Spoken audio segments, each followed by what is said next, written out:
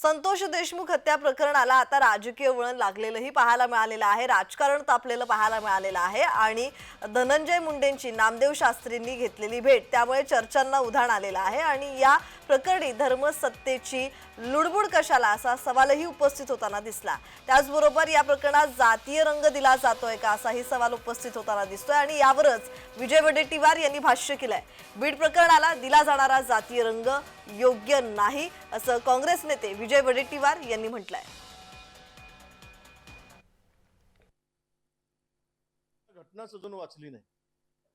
या देशावर, देशातील संविधानावर जर नितेश राणेंचा विश्वास असेल आणि संविधानावर जर देश चालवायचा असेल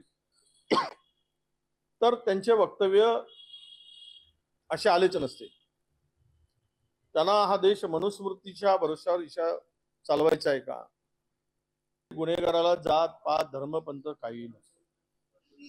आणि या संदर्भात याला जे स्वरूप दिलं गेलं मराठा वर्सेस वंजारी किंवा ओबीसी, हे चुकीचं आहे।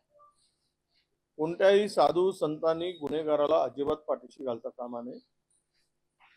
महंतांनी असेल, संत असतील, त्यांनी त्यांच्या मर्यादा आणि सरकारला उलट त्यांनी ही चौकशी जे काही आरोप आहेत त्या संदर्भात निपक्षी चौकशी व्हावी आणि जो कोणी आरोपी असेल त्याच्यावर कारवाई व्हावी अशी मागणी करणं म्हणजे संतांचं श्रेष्ठत्व दिसलं असतं।